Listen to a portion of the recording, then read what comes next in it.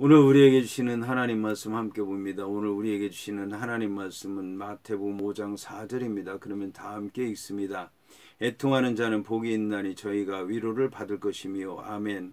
오늘 말씀의 제목은 애통하는 자의 복입니다. 그러면 본문의 말씀을 통해 다 함께 은혜 나누도록 하겠습니다. 오늘 말씀을 보면 애통하는 자는 복이 있나니 저희가 위로를 받을 것이라고 말씀하고 있습니다. 그러면 애통하는 자는 어떤 사람입니까? 여기서 애통하는 자에 해당하는 헬라어 호이 펜둔테스의 번역어로서 이제 앞절 3절과 마찬가지로 이사야 61장 1절부터 3절까지의 말씀을 반영하고 있습니다. 이제 이사야 61장 1절부터 3절까지의 말씀을 보면 주 여호와의 영이 내게 내리셨으니 이는 여호와께서 내게 기름을 부으사 가난한 자에게 아름다운 소식을 전하게 하려 하심이라. 나를 보내사 마음이 상한 자를 고치며 포로된 자에게 자유를 갇힌 자에게 노임을 선포하며 여호와의 은혜의 해와 우리 하나님의 보복의 날을 선포하여 모든 슬픈 자를 위로하되 무릇 시온에서 슬퍼하는 자에게 화관을 주어 그 죄를 대신하며 기쁨의 기름으로 그 슬픔을 대신하며 찬송의 옷으로 그 근심을 대신하시고 그들의 의의 나무 곧 여호와께서 심으신 그 영광을 나타낼 자라 일컬음을 받게 하려 하심이라고 말씀하고 있습니다. 자, 그런데 이제 이 문장들은 70인령에서 죽은 사람에 대한 애도를 나타내거나 자신과 타인의 죄에 대한 결과를 탄식하는 아픔을 묘사하는 말들입니다. 여기서 애통하는 자에 대한 해당하는 펜둔테스는 애통하다라고 하는 뜻을 지닌 동사 펜데오의 현재 분사 동사형으로 현재 슬퍼하고 있는 자라고 하는 뜻입니다. 70인역에서 펜데오는 애통하다는 뜻을 지닌 동사 아발이나 약하다라는 의미의 아말 그리고 울다라고 하는 뜻의 박하의 번역어로 사용되었습니다. 본서에서 펜데오라고 하는 동사는 사랑하는 사람이 없는 것을 슬퍼하거나 예수 그리스도의 죽음을 애통해하는 사람들에 대해서 사용되었습니다. 바울은 죄를 회개하지 않는 사람들에게 겪게 될 근심에 대해서 펜데오라고 하는 단어를 사용하였습니다. 야고보는 죄인들이 하나님 앞에서 스스로를 낮추는 마음으로 애통하며 울라고 권면하였습니다. 이러한 마음 자세를 가질 때 하나님께서 그들을 높여주신다고 하는 것입니다. 그러면 본줄에서 말하는 슬퍼하는 자가 슬퍼해야 될 일이 도대체 무엇입니까?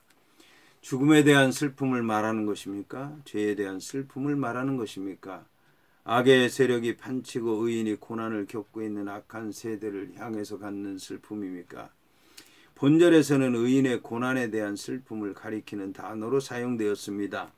복의 선언 중에서 8번째와 9번째 선언 의인의 고난을 다루고 있는 것으로 보아서 본절에 나타난 슬픔을 죄 없는 의인이 무고하게 고난을 받는 참담한 현실에 대한 슬픔을 말하는 것으로 볼 수 있습니다. 이에 대해 70인역의 이사야 61장 2절을 보면 마음이 상한 자에 대한 헬라어 펜둔타스가 나옵니다. 이는 본절에서 마태가 사용한 용어와 일치합니다. 의인들은 하나님의 정의가 더디게 실현되는 것을 슬퍼했습니다. 그러므로 애통하는 자라고 하는 것은 예수님 당시에 팔레스타인에서 살던 사람들로서 헐벗고 병들고 소외된 하나님의 백성들을 뜻한다고 볼 수 있을 것입니다.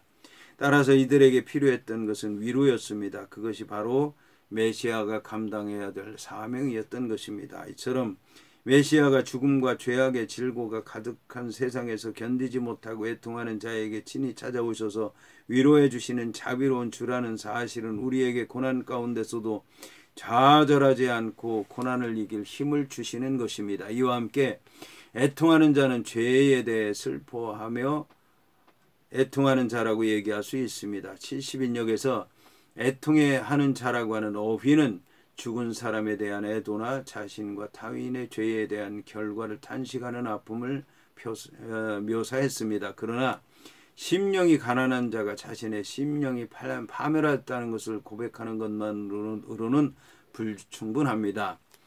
진실로 애통하는 자는 자신의 죄에 대해서 깊이 슬퍼하고 철저히 애통하는 자의 자리에까지 나아가야 하는 것입니다.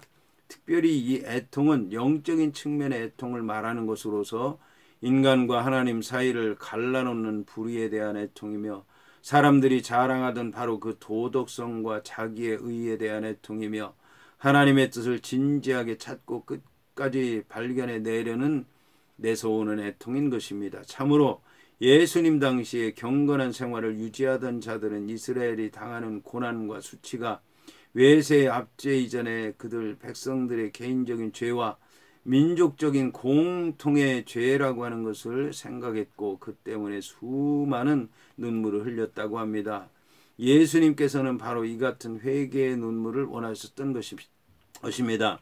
예수님 당시 경건한 생활을 하던 사람들은 이스라엘이 당하는 지옥 때문에 눈물을 흘렸습니다. 그러나 그들은 이스라엘의 지옥이 개인적인 죄와 단체적인 공동의 죄 때문에 온 것으로 생각을 했던 것입니다.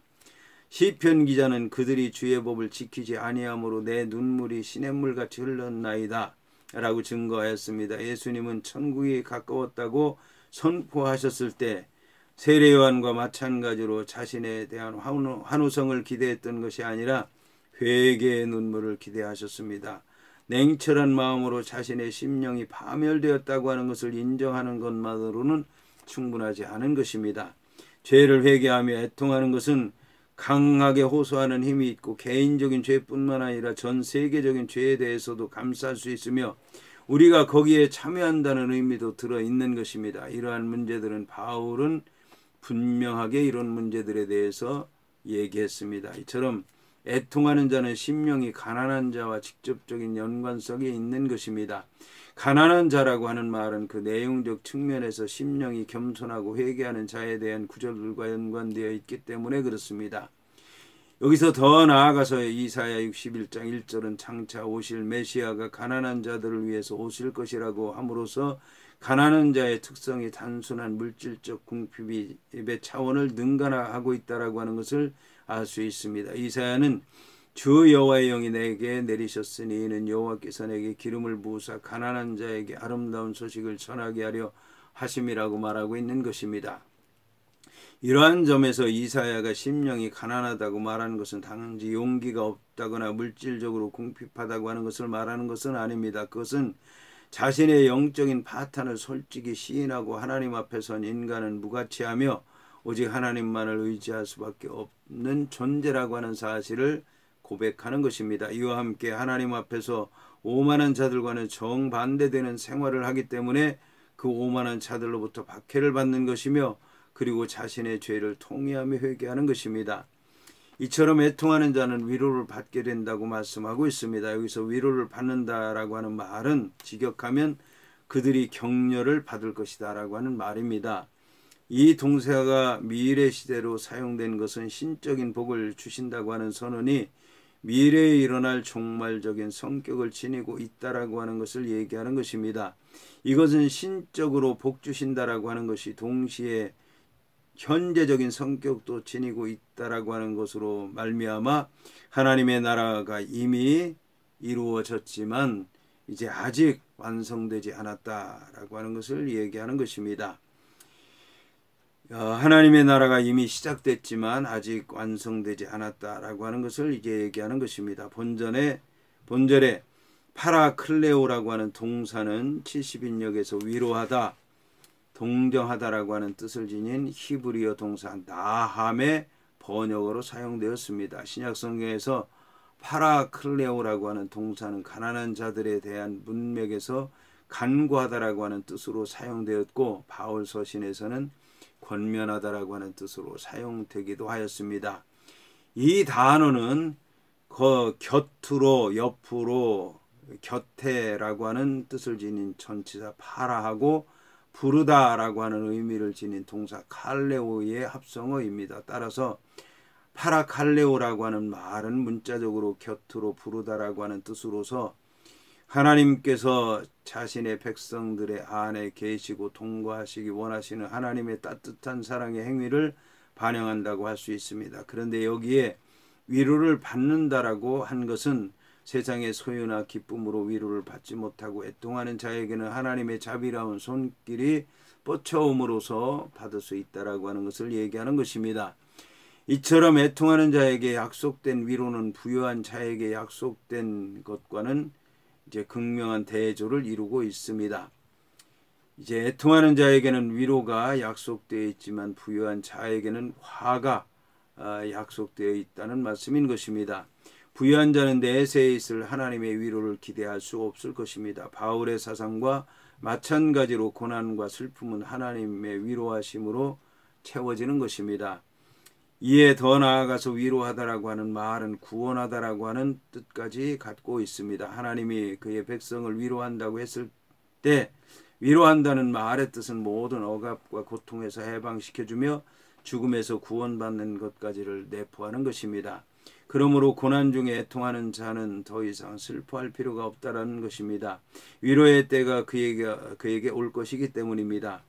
메시아가 오신 목적은 이스라엘의 위로가 되려 하심이요 성령이 오신 목적도 위로자가 되기 위한 것입니다. 그러나 이러한 하나님의 위로는 회개의 눈물을 흘리고 있는 자에게만 내려진다는 것입니다. 그리고 이미 부분적으로 실현된 위로는 종말에 이르러서야 완전히 이루어질 천국에서의 위로가 될 것입니다.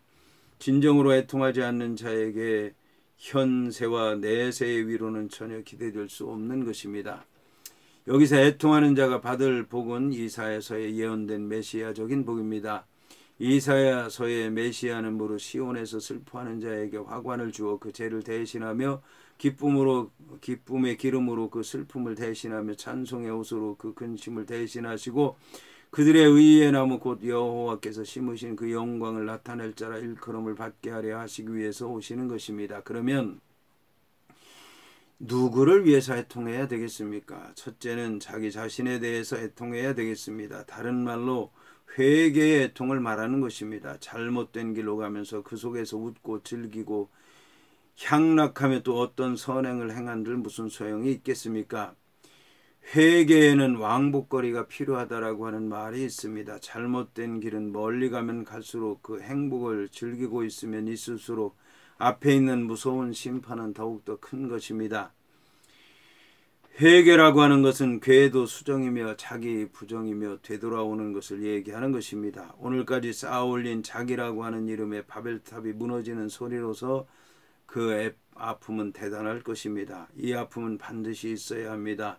깨어지고 부서지고 찢어지고 불타버리는 그러한 아픈 순간이 반드시 있어야 되는 것입니다. 회개의 깊이와 은혜의 높이는 비례하는 것입니다.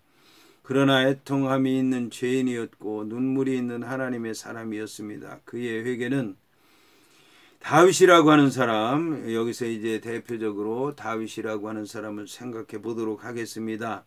다윗은 이제 결코 의로운 사람은 아니었습니다. 그러나 다윗은 애통함이 있는 죄인이었고 눈물이 있는 하나님의 사람이었습니다. 다윗의 회개는 언제나 자기 자신에 대한 것이었으며 하나님과 자신과의 직선적 관계였던 것입니다. 다윗은 단 한 번도 밧세바 때문에 자신이 죄를 지었다고 밧세바를 탓한 적이 없습니다. 언제나 내가 범죄하였나이다라고 깨끗하게 진실하게 하나님만 바라보고 회개했던 것입니다. 회개는 자기 자신을 꾸짖고 깨뜨리는 아픈 눈물이라고 하는 것을 알아야 될 것입니다. 둘째는 이웃을 위한 애통입니다. 복음서에 보면 예수님께서 웃었다고 하는 말씀은 별로 없지만 우셨다고 하는 기록은 몇 차례 나옵니다. 그렇다고 예수님께서 웃음을 잃고 울기만 했다는 말은 아닌 것입니다. 가나의 혼인잔치에 참석하신 예수님의 얼굴에는 인생의 새 출발을 하는 젊은 부부를 축하하려고 하는 미소가 있었을 것이고 어린아이들을 품에 안으시고 축복해 주시던 예수님의 얼굴에는 웃음이 가득했을 것입니다. 예수님의 제자들이 전도하고 돌아와서 이제 마귀가 물러가는 것을 보았다고 보고했을 때 그 얼굴에 웃음이 가득했을 것입니다. 그런데도 웃으셨다고 하는 기록이 없는 것은 복음서는 예수님의 행하심 가운데서 오직 죄인들의 구원과 밀접한 것들만 기록을 하고 있기 때문에 그렇습니다. 나사로 무덤 앞에서 예수님께서는 오라버니의 죽음을 슬퍼하는 마르다와 마리아를 보시고 우셨습니다. 예루살렘 성을 내려다보시면서 멀지 않은 장래에 멸망할 것을 내다보시고 눈물을 흘리셨습니다. 이와 같은 예수님의 심정을 우리는 본받아야 될 것입니다. 아직도 주님을 알지 못하고 죄를 물마시듯 마시면서 멸망길로 달려가는 우리의 가족, 친지, 이웃을 불쌍히 여기고 애통해 하면서 위하여 기도하고 열심히 그들에게 복음을 전하야겠습니다. 그럴 때 눈물을 흘리며 씨를 뿌리는 자는 기쁨으로 거두리로다. 울며 씨를 뿌리러 나가는 자는 정령 기쁨으로 그 단을 가지고 돌아오리로다 하고 말씀하신 것처럼 성령의 역사하심으로 그들의 마음을 열어주사 주님을 영접케 하심으로 우리에게 큰 위로를 베풀어 주실 것입니다. 셋째는 세상을 향한 애통입니다. 이런 눈물의 대표자는 눈물의 예언자 예레미야가 아닌가 생각을 합니다.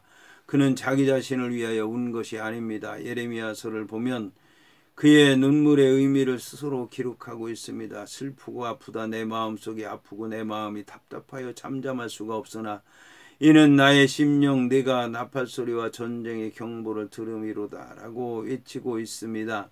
죄로 사무친 세상을 보면서 슬프고 이러한 죄를 심판하시는 하나님을 보면서 마음이 아프고 그리고 조만간에 멸망될 죄악의 도상을 보면서 눈물을 흘리고 있었던 것입니다. 이 같은 애통함이 우리에게도 있어야 될 것입니다. 사도 바울 역시 그치지 않는 고통이 있다고 말하고 있습니다. 동족의 멸망을 내다보는 신령한 안목을 가진 바울은 이 아픔에서 벗어날 수 없었던 것입니다. 현세적인 향락과 세속적인 즐거움에 취해서 죄를 죄인 줄 모르며 그 죄로 인한 무서운 하나님의 심판을 보지 못하는 자는 암흑과 혼돈 속에 빠져들고 있는 자신의 슬픔을 알 리가 없는 것입니다. 노아의 때처럼 멸망하는 그날까지 향락에 취해 있을 것입니다. 망할 때 망할 것이나 멸망을 예견하는 고통은 모를 것입니다. 그러나 영적인 안목이 있고 또 동족과 친구 그리고 이웃에 대한 사랑이 있는 자는 이 같은 동참하는 슬픔의 고통을 겪어야 되는 것입니다. 이 같은 애통을 아는 자는 그 자체로서도 복된 것입니다. 그 속에 선택받은 자의 은혜와 축복이 깃들어 있기 때문인 것입니다.